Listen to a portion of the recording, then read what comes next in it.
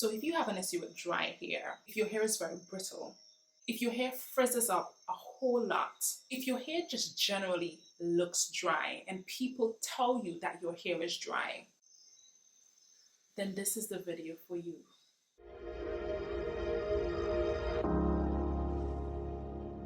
Hey my lovelies, welcome back to my channel where I break down the fundamentals of my hair care. So if you haven't been victim to, the dry hair antics, then I don't know if you've been relaxed long enough.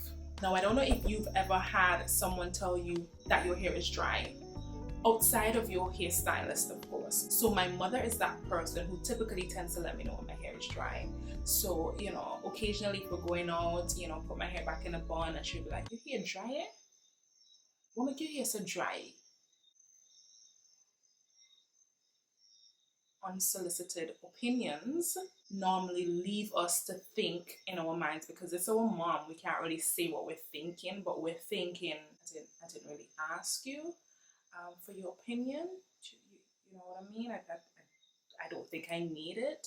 I can see that my hair looks a bit dull. I can feel that my hair is a bit dry. Today's video is all about dry hair, and I think there's several factors that contribute to our hair being dry, but the three main things that I'm going to be looking at are: one, the environment that we're in, so the climate, atmospheric conditions; two, our routine. Yes, we need to develop good hair regimens; and three, the choice of products that we use. So today's video is going to be structured in three parts, and of course it's me sharing what I've learned, and so I'm going to make a lot of reference to me because I'm sharing with you what has worked for me and things that I have personally experienced as well, right? So when we look at the environment, now I lived in the UK for some time, and if you have lived in the UK, or if you are living in the UK, or if you are aware of the UK and its climate conditions, you know that the weather up there is a bit, I don't want to say bipolar. Bipolar is such a good word for the weather in England, to be totally honest. It can be summer, it can be spring, the place is still very cold. And so when you're in those kind of climates, that obviously has an impact on your hair. Now, I remember when I first went up and my best friend, she started introducing me to coconut oil. So she was telling me, oh girl, coconut oil is so good, and I've been using it on my hair, and it was the height of winter. So she put on a coconut oil as usual. She went outside and she messaged me and she's like, Dena, my hair is stiff.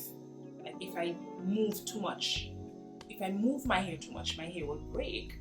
So it's at that point that I realized that the environment, the climate, the atmosphere definitely has an effect on your hair. Now that's something that we can't really control, can we? We can't do anything about where we live.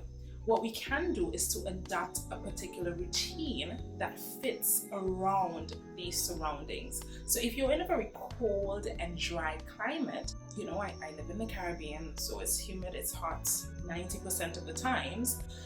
It's a lot easier for me to manage my hair. My hair doesn't get dry as much. But if you're in a colder climate, so you have to then craft a regimen based on that climate that you're in. Now, when I talk about a good hair routine, I'm talking about regular wash days, I'm talking about moisturizing and sealing, I'm talking about deep conditioning, how you style your hair, how you wear your hair to bed at night.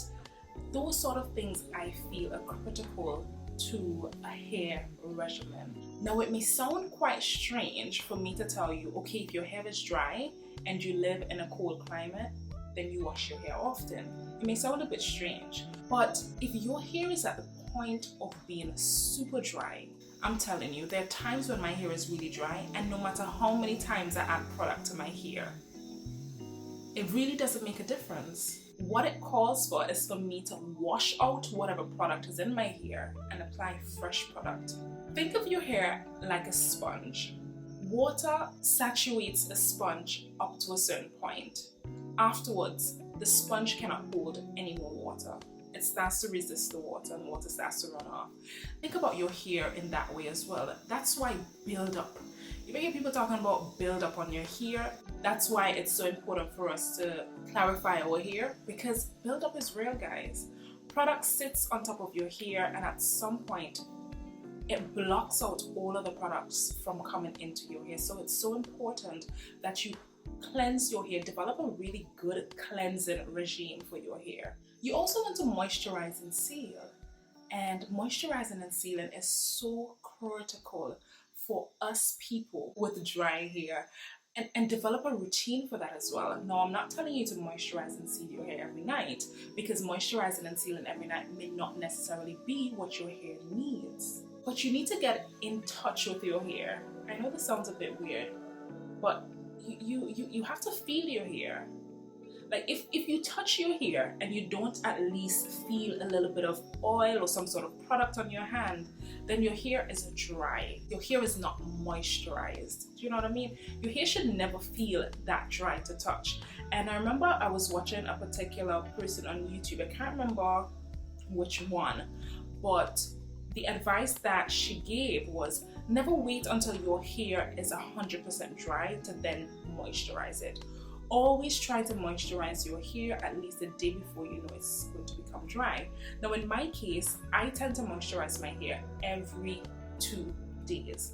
So that leads me to maybe about 3 to 4 times a week, depending on how my hair feels. And I know this because I've allowed my hair to go 3-4 consecutive days at times without moisturizing and sealing. Yes, I know that's bad. I know. But sometimes life happens, you know what I mean? I realized that on day 3, my hair is totally dry. So what I try to do is to moisturize my hair every 2 days, because that's the threshold that my hair can handle. You also want to try to avoid applying direct heat to your hair. Now, when I speak about direct heat, I'm speaking about the blow dryers, the flat irons, the curling ones. These are all sources of direct heat. So these are products that you put directly on your hair. And I tend to look at these things the way I look at an iron, right? Because if you're ironing a piece of garment and you sprinkle it with a little water, to get out the wrinkles here and there, and you place the iron right on top of that, you hear this sizzle sound, and immediately the water starts to evaporate really, really, really quickly. And that is typically what happens when you apply direct heat to your hair. It's so important as well that if you're going to apply direct heat, utilize a heat protectant, because those heat protectants sort of act as a barrier to prevent as much moisture from being evaporated by the heat styling tools. But I know that it's difficult for some people to cut out direct heat altogether, because if you're so accustomed to using it every single week or 2 when you wash your hair, and let's say for instance you go straight into air drying, it's a big difference, I know, because at some point you're going to be expecting the same results, but you're never going to get the same results from air drying, guys. And air drying takes practice, it takes time. But I would say like an intermediate position to be in is probably utilizing indirect heat. And when I say indirect heat, I'm talking about maybe sitting under a hooded dryer. So if you've ever done a roller set, for instance, when you go to your hair salon, you sit underneath a hooded dryer for your hair to dry, and that is one form of indirect heat. Another form of indirect heat is probably when we steam our hair, or we sit underneath the hooded dryer in order to allow the heat to penetrate the products into our hair. So these are good sources of indirect heat that I think should be incorporated when we want added moisture. And lastly, as it pertains to your routine, you want to have a good nighttime routine. And not just a nighttime routine, but protecting your hair, protecting your ends in general. So it's not just about putting your hair in a bun, as a form of protective styling. But when you go to sleep as well, what I find that works really well for me is that I have to plait my hair, I have to twist my hair, or I have to put in some sort of a flexi rod in my hair, and that seems to allow the moisture to be retained in my hair overnight. Now, I've gone to bed without protection on my hair. I'm sure we all have done that, and we wake up the next morning, our hair is dry, our hair is frizzy. So we don't want to do that. We want to at least sleep with something protective. Wrapping my hair around itself is what works for me. So maybe when I'm moisturizing my hair and those areas that were not covered with me running my fingers through it, me now wrapping my hair around itself, it allows the moisturized areas to then seep through those areas that maybe did not get as much attention. So it works well for me. Try that. If you don't adopt anything else that I say from this video, try that at least every time you moisturize and soothe your hair in the night. Now this leads us down to product choice, guys, and it's so important when your hair is dry that you select products that are going to work with the type of hair that you have. So if you have dry hair, you want to look for products that speak about moisture. Moisturizing shampoo, moisturizing conditioner, moisturizing deep conditioner. Look for things that speak to moisture. So key products that I would love for you to look at, look for good shampoo. And not all moisturizer and oil combination is going to work for your hair. Now, I was today years old when I realized that not all oils are meant for sealing.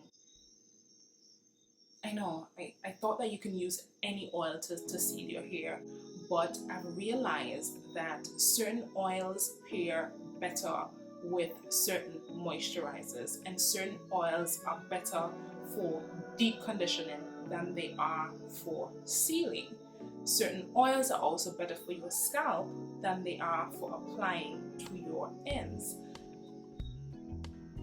I know it's so complex, this black hair care and the science behind of it. But the more that you invest into your hair, you then realize that certain things won't work for you. So it's not enough to find a good moisturizer. You have to find the oil that pairs really well with it. And of course, that is going to take a lot of trial and error, girl. I can't tell you that you're going to get that overnight. I can't. But if you have gotten it, kudos to you. It took me darn near over 10 years to get it. Yeah, maybe I'm a bit slow. But sometimes you don't know how your hair is supposed to feel. The thing is, if you've never felt your hair being really soft, then you're not sure how that product is supposed to make your hair feel, if you get what I'm saying. So I used to apply certain products to my hair, and it felt good. It felt good when I was applying it, but I guess I wasn't aware that that good could actually be better. And of course, I was still having breakage, so obviously it wasn't doing the full remit of its job. Alright guys, so that's it for today's video. I hope it was helpful. I hope it was informative for you. I hope that going forward, girl, you know what to do to sort out your dry hair issues. We're all in this together, Nobody is better than anybody in this case, because it's something that we constantly have to battle with. But yeah guys, thank you so much for watching today's video. If you haven't yet already, of course, hit the subscribe button, hit the like button, share this video with a friend, and tell a friend to tell a friend to stop over on DenaJ's channel, where I upload videos every single Sunday. Alright, so I'll see you next week Sunday for another video. Bye!